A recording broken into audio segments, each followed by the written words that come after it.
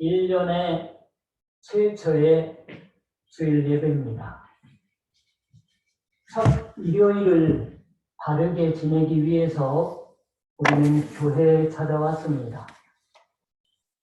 주 예수의 이름으로 인한 예배를 위해서 찾아온 겁니다.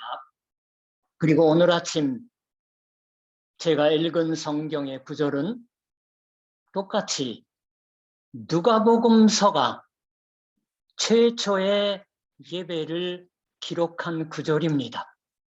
그것은 주 예수의 공적인 생애의 시작이 된 예배의 모양을 그리고 있습니다. 이 구절은 최초의 예배의 날에 읽혀지는 성경의 구절이라고도 되어지고 있습니다. 그날 예수께서는 안식일에 늘 하시던 대로 회당에 들어가사 성경을 읽으려고 서심해라고 있습니다. 회당은 유대교의 예배당, 시나고그를 말합니다. 주 예수께서는 안식일 예배에 집회하는 사람들의 무리 속에 들어가셨다고 하는 겁니다. 그것이 늘 하시던 대로의 주 예수의 모습이었다고 성경이 전하고 있습니다. 예배당에 오셔서 거기서 예배하는 사람들의 무리 속에 들어가시는 게 늘 하시던 주의 모습인 겁니다. 그리고 그 속에서 성경을 읽으려고 서심해라고 있고 또 20절에는 책을 덮어 그 맡은 자에게 주시고 앉으시니라고 있습니다. 이같이 서고 앉는 주 예수의 행동거지는 당시의 유대교의 예배의 습관을 잘 드러내고 있습니다. 당시 예배는 이스라엘아 들으라, 우리 하나님 여호와는 오직 유일한 여호와시니라 하는 부름말로부터 시작되었습니다. 그리고 기도에 올라가고 곧 율법과 예언서의 낭독이 되어집니다. 그때 서서 낭독을 하고 앉아서 낭독한 성경 말씀을 설명하는 것이 시나고그의 유대 사람들의 예배의 모습입니다. 주 예수께서는 그때 이 글이 오늘날 너희 귀에 응하였느니라 하고 말씀하셨다고 하는 겁니다. 누가복음서는 이 일을 복음서의 첫머리에 알리고 싶었던 겁니다. 여러분 나중에 시간이 있으시면 비교해서 읽어보세요. 마귀의 시험 후에 누가복음서만 즉시 예배에 동참하시는 모습이 나옵니다. 마태복음서와 마가복음서에는 아니에요. 주 예수께서 어떤 생애를 보셨는지를 전해주려고 할 때 이걸 누가복음서만 맨 처음에 알리고 싶었던 셈입니다. 주 예수께서 하셨던 일에는 많은 것이 있습니다. 병든 사람을 고치시고 굶주린 사람을 먹이셨어요. 고독한 사람을 초대해 주시고 길을 잃고 있는 사람들에게 길을 제시하십니다. 그리고 십자가에 달리시고 부활하셨어요. 이걸 모르는 사람은 없을 겁니다. 그러나 누가복음서가 제일 먼저 전하고 싶었던 것은 십자가에 달리시고 부활하신 이 주 예수는 예배하는 무리와 함께 있다고 하는 것입니다. 그리고 성경의 말씀을 읽어서 들려주고 이 글이 오늘날 너희 귀에 응하였다라고 말하셨다고 하는 것을 굳이 기록해 들려줍니다.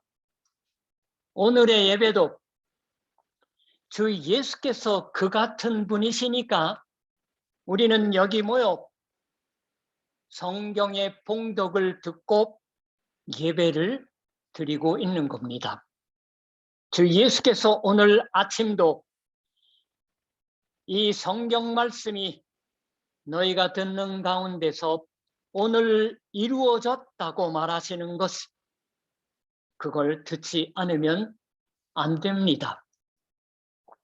그날 주 예수는 이사야서를 읽으셔서요. 이사야서 61장에서 온 말씀입니다. 여기 누가복음서 4장 18절에 가난한 자에게 복음을, 포로된 자에게 자유를, 눈먼 자에게 다시 보게 함을, 눌린 자를 자유롭게 하고 라고 예언되어 있습니다. 여러분, 구약성경 이사야서 61장과 비교해보면 조금 달라요. 누가복음서가 기록한 구약성경은 히브리 말을 그리스어로 번역한 곳에서 인용했기 때문입니다. 이를 예언한 예언자 자신이 여기 말씀되고 있는 가난한 사람, 포로된 사람의 한 사람이 아니었었나 하고 생각됩니다. 이 예언에는 예언자 자신의 소원도 울려 퍼지고 있습니다. 언젠가 가난한 사람들이 복음을 듣고 포로된 사람들이 자유롭게 된다. 그러한 여호와의 은혜의 해가 온다. 와 주었으면 쉽다. 오지 않으면 안 된다고 하는 예언이고 그러한 바람입니다. 이 예언자의 말은 훨씬 후까지 남았습니다. 이스라엘의 백성이 바벨론 포로에서 조국에 돌아오게 된 후에도 이 예언은 계속 남았던 셈입니다. 그건 가난한 자에게 복음을, 포로된 자에게 자유를, 눈먼 자에게 다시 보게 함을, 눌린 자를 자유롭게 하고라 하는 예언은 쭉 채워지지 않고 남아 있었다고 하는 것이 아닐까요? 그건 사람들이 바벨론에서 팔레스티나에 돌아오게 된 때에도 진정한 의미에서의 해방이나 자유는 없었다고 하는 것이 아닐까요? 이 예언에 담겨진 약속, 그리고 소원은 인류의 영원한 소원으로서 오늘도 계속 되어지고 있습니다. 여기에는 또 여호와의 은혜의 해를 전파하여 라고 말씀되고 있습니다. 여호와의 은혜의 해란 레위기 25장에 나오는 희년, 일본어 성경은 요벨의 도시라고 번역하고 있는 말이에요. 요벨이란, 히브리어 요벨이란 순양의 뿔나팔을 의미합니다. 거기서 순양의 뿔로 된 나팔을 크게 불어서 모든 주민을 위하여 자유를 공포하는 특별한 해를 의미했습니다. 50년에 한 번씩.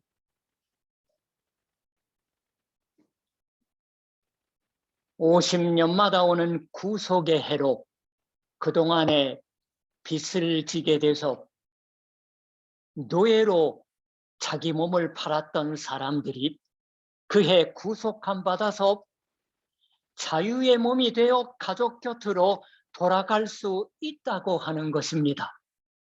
이 요벨의 해가 제도로서 어느 정도 이스라엘 중에서 실제로 행해졌는지는 불명합니다. 그러나 그러한 자유의 때 노예 상태가 끝나 빈곤이나 억압이 끝나고 해방되어 사랑하는 자 곁으로 돌아갈 수 있는 때는 인류 보편의 바람입니다. 저희 예수께로부터 이 성경에 봉독하는 말씀을 듣고서 예수께서 이 성경을 어떻게 풀어주실까 하고 주목해서 집중한 그날의 나사렛 사람들의 바람이기도 했다고 생각하는 겁니다. 그리고 평화 문제로 고민하고 있는 현대의 한국, 미얀마, 우크라이나의 사람들, 동시에 우리 일본에 살아있는 자들의 2022년의 바람이기도 한 게 아닐까요? 가난한 자에게 복음을 라고 예언은 말씀합니다. 근데 우리 자신이 가난한 사람의 하나가 아닐까요? 물질적인 것만이 아닙니다. 정신적으로도 영적으로도 가난한 한 사람입니다. 눈먼 자에게 다시 보게 함을 이 성경의 말씀을 우리를 가리키고 있는 게 아닐까요? 우리에게 얼마만큼 사물의 내용이 보이고 있을까요? 내가 아닌 타자가 그리고 그 사람의 마음이 보이고 있을까요? 진정한 나 자신의 것조차 보이지 않습니다. 하나님의 뜻이 보이고 있지 않습니다. 만일 하나님의 뜻이 보이고 있다면 우리가 받는 어떠한 시련도 더 이상 고민과 괴로움이 아닐 거예요. 그러나 우리는 보이지 않는 사람이다 하고 말하는 수밖에 없는 겁니다. 눌린 자를 자유롭게 하고 우리 자신 종종 눌려 있습니다. 우리가 심신의 병을 느끼는 건 억눌려 있기 때문이다 라고 생각할 적이 있습니다. 우리 자신 진정한 의미에서의 해방이나 자유를 구하고 있습니다. 그렇기 때문에 새해 첫 주일도 우리는 예배에 왔습니다. 물적, 신체적인 해방도 필요할 것입니다. 그러나 무엇보다도 영혼의 깊은 곳에 있어서 나음을 얻어 자유롭게 되는 것이 필요합니다. 사람들은 자기 자신들의 소원이기도 한 이 성경의 말씀을 주 예수께서 어떻게 말씀하실까 주목해서 바라봅니다. 그러자 주 예수는 그들에게 말씀하셨다. 이 성경 말씀이 너희가 듣는 가운데서 오늘 이루어졌다라고 말하는 겁니다. 그러나 말씀하시되 라고 하는 거니까 그 밖에도 많이 말씀하셨을지도 모릅니다. 그러나 누가복음서가 가장 중요한 것으로서 전하고 있는 건 아니 그 예언의 말은 오늘 이루어졌다고 하는 한 가지입니다. 주 예수는 본인이 봉독한 성경의 말을 알기 쉽게 해설하고 설명했던 게 아닌 듯 해요. 그렇지 않고 그 실현자로서 자신을 가르치셨던 겁니다. 오늘이란 언제일까요? 그건 주 예수님 자신이 그렇게 말씀하시고서 자기 자신을 내놓아 주신 날입니다. 그것은 은혜의 실현자이신 주 예수께서 같이 있어 주시는 날입니다. 우리가 그걸 들은 날, 우리가 성경의 실현자, 인류의 영구한 소원의 성취자와 함께 있는 날이 오늘입니다. 예배의 날이에요. 예배의 생명은 성경 말씀이 여러 가지로 설교되는 곳에 있는 게 아닙니다. 그것도 되어지겠지만 그것이 예배의 생명이 아니라고 생각하는 거예요. 오히려 그 설교되는 것을 통해서 말씀의 실현자인 주 예수님을 만나 뵐 수 있는 것이 예배의 생명입니다. 중요한 것은 설교자의 내용이 옳으냐 그르냐가 아니에요. 그걸 통해서 예수님을 만나 뵙고 있느냐, 거기서 은혜의 성취자인 주 예수님께 우리의 마음이 연결됩니다. 철두철미하게 이분에게 신뢰를 둘 수 있음을 알게 됩니다. 거기에 물질적 구원을 능가하는 예배적 구원이 있는 거예요.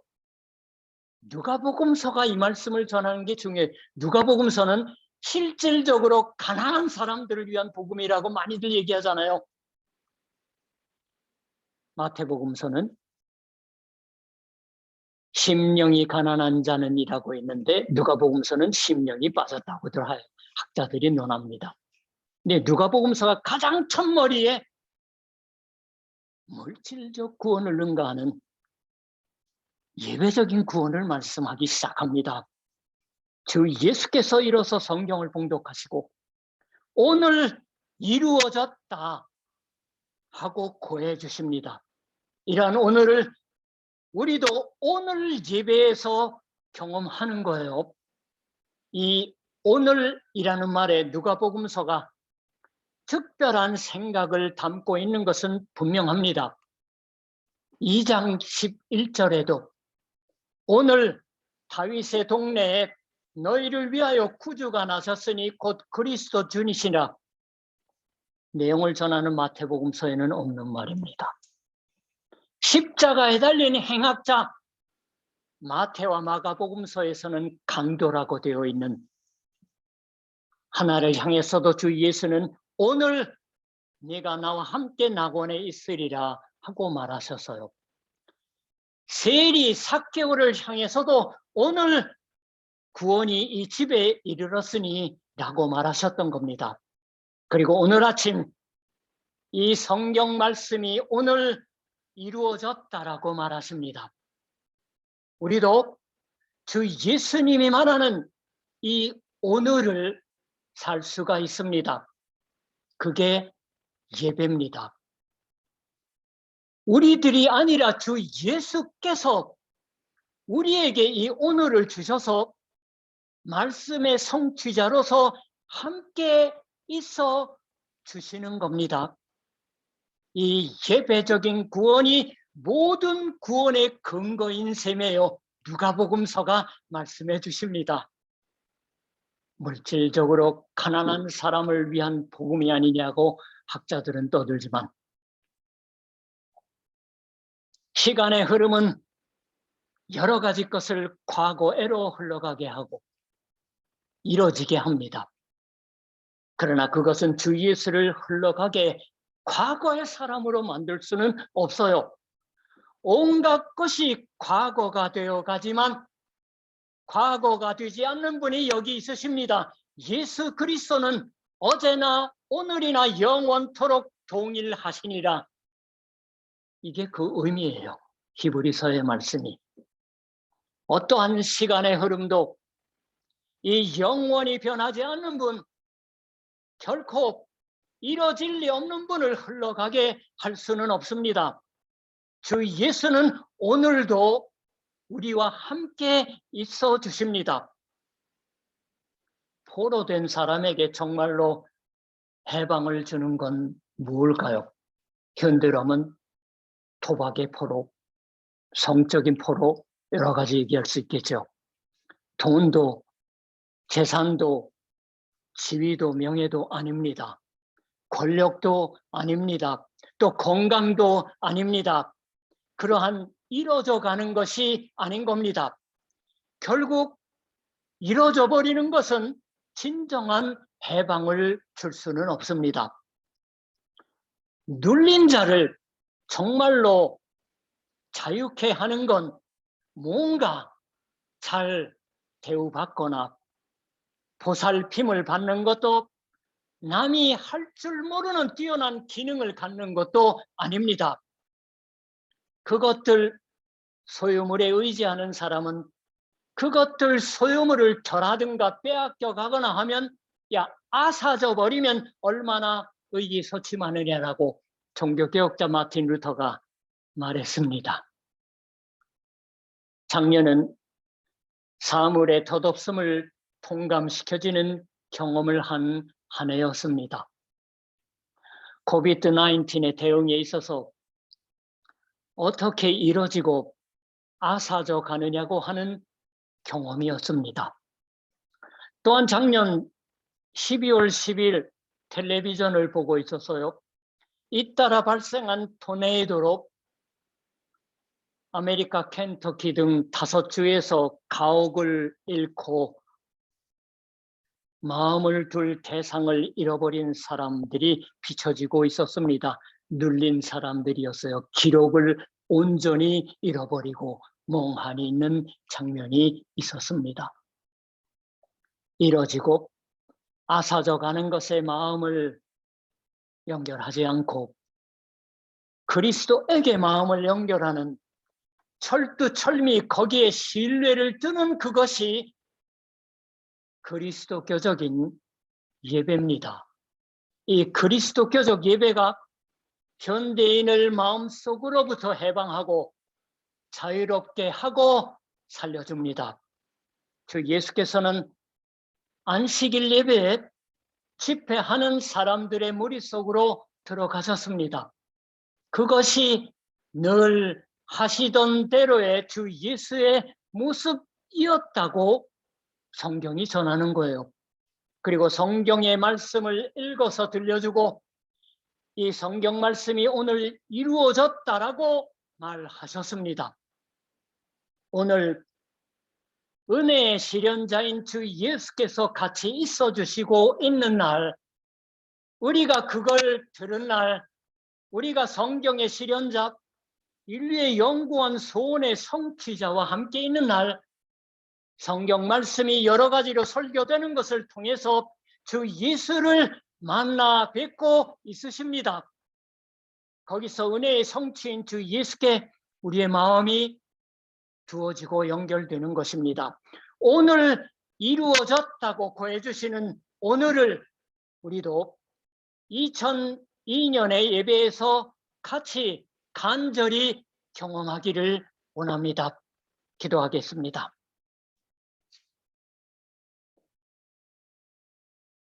하나님,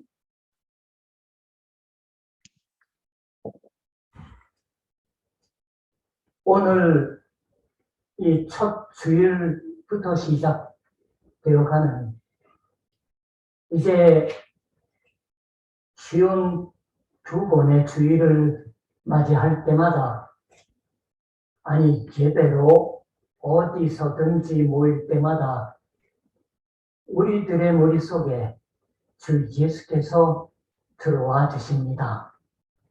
하나님, 우리가 느끼던 느끼지 못하던 건 중요하지 않습니다. 계셔 주신다고 하는 성경의 증언이야말로 우리를 참으로 살게 하여 주십니다. 어떠한 곤란이 우리를 가로막을지라도 오늘 이루어졌다고 말해 주시는 예수님과 더불어 사는 예배의 날들을 통해서 이 2022년도 인류를 향한 참 하나님을 전하며 증거하며 사랑하며 억눌린 자들에게 더불어 나누어 가줄 줄 아는 하나님의 사랑을 베풀어가는 우리들의 특구와 동경 교회이게 하여 주시옵소서. 예수님의 이름으로 기도드립니다. 찬송가 272장